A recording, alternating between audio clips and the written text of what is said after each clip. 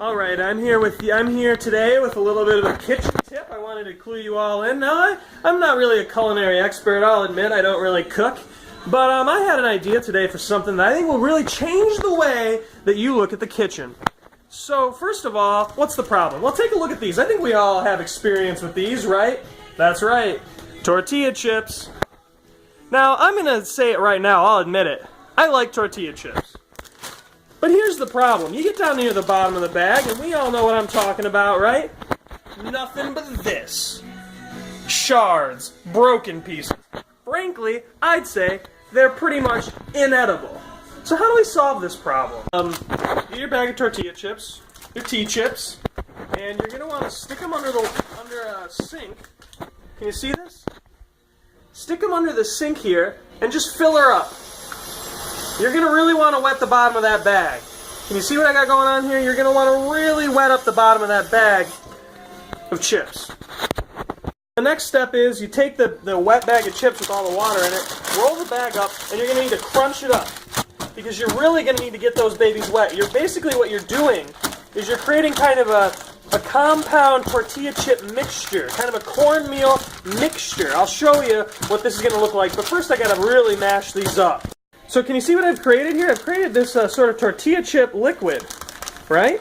What we're going to do is now we're going to pour the tortilla chip liquid into a common muffin pan. Everybody's got one of these, right, at home?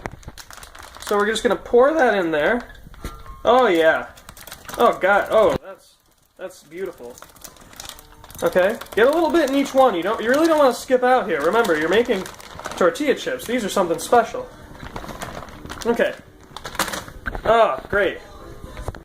So I already preheated my disgusting dirty oven up to about 500 degrees, and I've got it set to bake over there. And what we're going to do is take our little pan of tortilla liquid and just slide them in there. Alright, beautiful.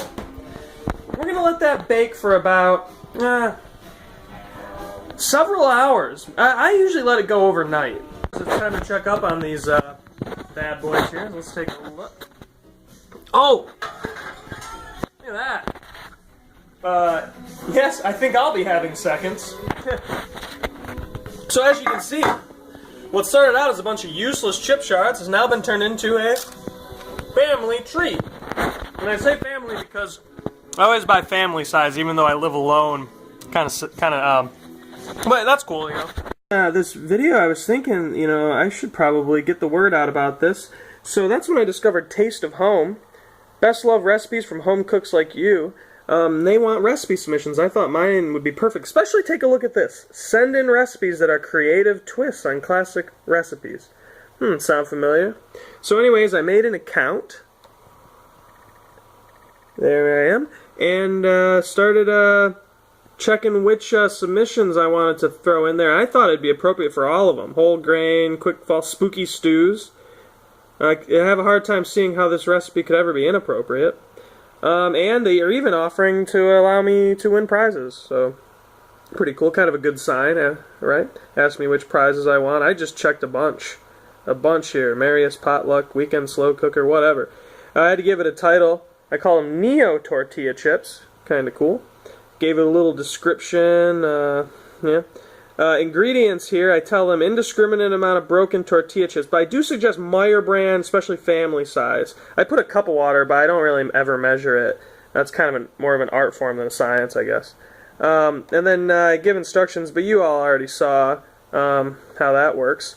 And for notes, I do note that I used a really small 6-muffin pan because I really only wanted 6 chips, and that's true about me. I usually only eat about 6 tortilla chips.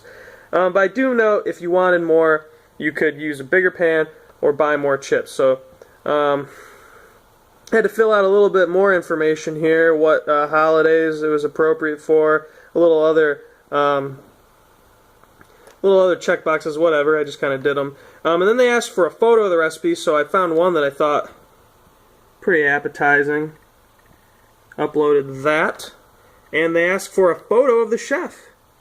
So, I think I uploaded a photo.